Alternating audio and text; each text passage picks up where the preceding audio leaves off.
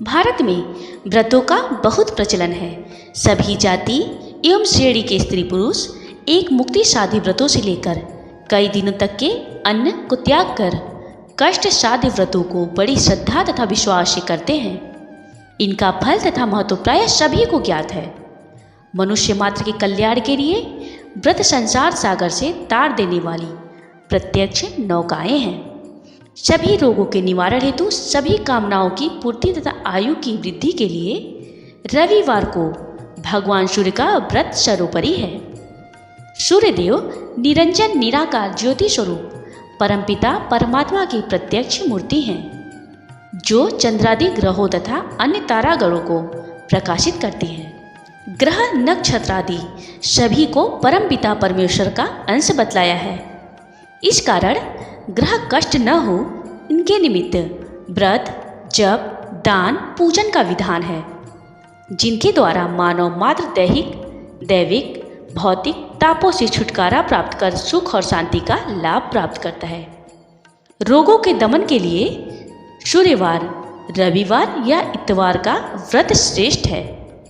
विधि पूर्वक व्रत करने से क्षय, जलोदर, उपदंश, छतक्षय, कोढ़, अग्निमाद्य, असाध्य प्राणांतक रोग निर्मूल नष्ट हो जाते हैं और अस्थायी आरोग्य तथा स्वास्थ्य का लाभ होता है।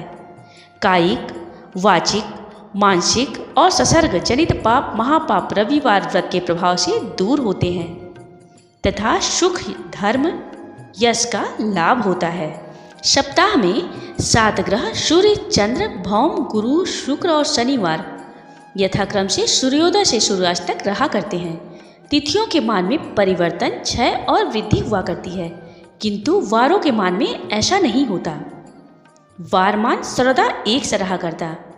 जिन ग्रहों के नाम से वार प्रसिद्ध हैं, उनके अधिष्ठाता ग्रह आकाश में प्रत्यक्ष दर्शन दिया करते हैं। उनमें से सूर्य निरंजन निराकार ज्योति स्वरूप प्रत्यक्ष परमपिता परमात्मा की प्रत्यक्ष मूर्ति हैं, जो चंद्र आदि ग्रहों और तारागणों को प्रकाशित करते हैं। वारों से व्रत का आरंभ विशेष वैशाख, माघ और मार्गशीर्ष मास से करना चाहिए तथा शुक्ल पक्ष से प्रारंभ करना चाहिए। रविवार के व्रत और उद्यापन करने से ब्राह्मण को विद्या, क्षत्रिय को राज्य, वैश्य को धन, शूद्र को सुख, अपुत्र को पुत्र, कुमारी को पति, रोगी को आरोग्यता, बंदी को मुक्ति और आसार्थी को आशा फल की प्राप्ति होती है। प्रथम वर्ष में 10 सेर चावल, दूसरे वर्ष में 10 सेर गेहूँ, तीसरे में 10 सेर चना, चौथे में 10 सेर तिल, पाँचवें में 10 सेर उड़द का 12 ब्राह्मणों को भोजन कराने से सभी प्रकार की कामनाओं की सिद्धि होती है। रविवार का व्रत प्रत्येक स्त्री पुरुष कर सकता है। नदी आदि के जल में स्नान करके, देव ऋषि पितृ तर्पण करके कलश जल भर लावे, स्वच्छ वस्त्र धारण करें। घर में एक स्थान को गौ के गोबर से लीपकर 12 दल का सुंदर कमल, लाल चंदन अथवा तांबे के पत्र पर बनावें।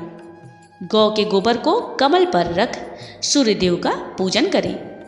प्रत्येक मास में पृथक पृथक सूर्य के नाम से पूजन होता है तथा पृथक पृथक ही अर्घ्य, पदार्थ, प्रसाद आदि होता है।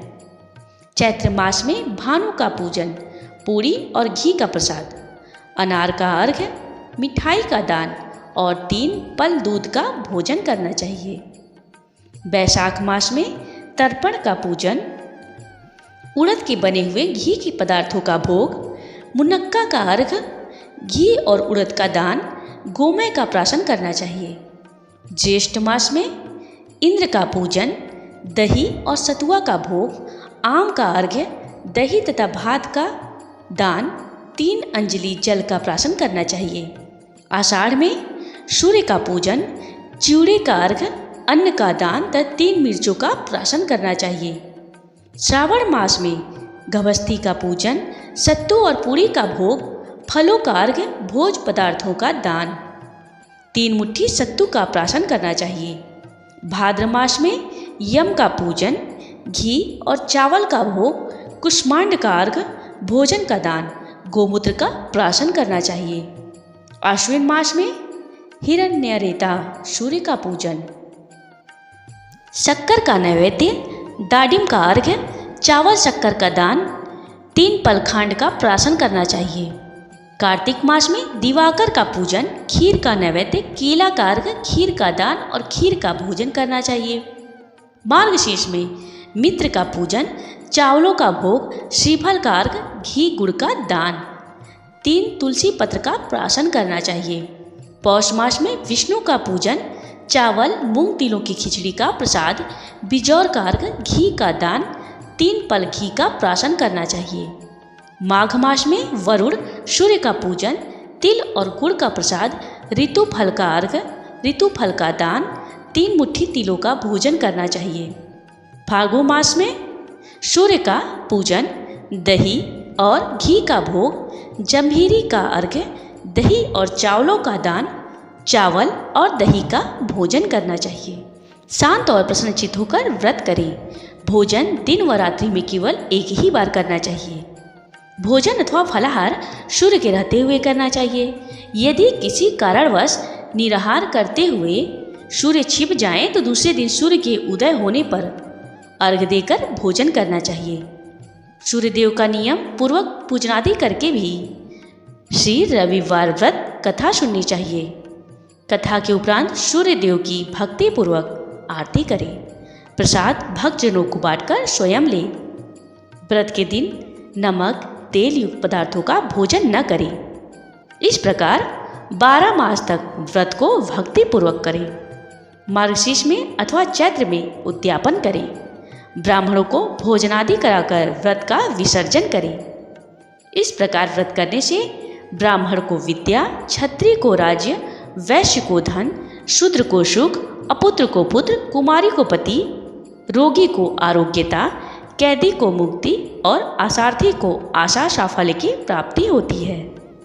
जितना भी आपसे भक्ति भाव से बन पड़े रविवार के व्रत में करना चाहिए। इसमें कोई भेद नहीं है। जय सूर्य नारायण देव। जय सूर्य नारायण देव।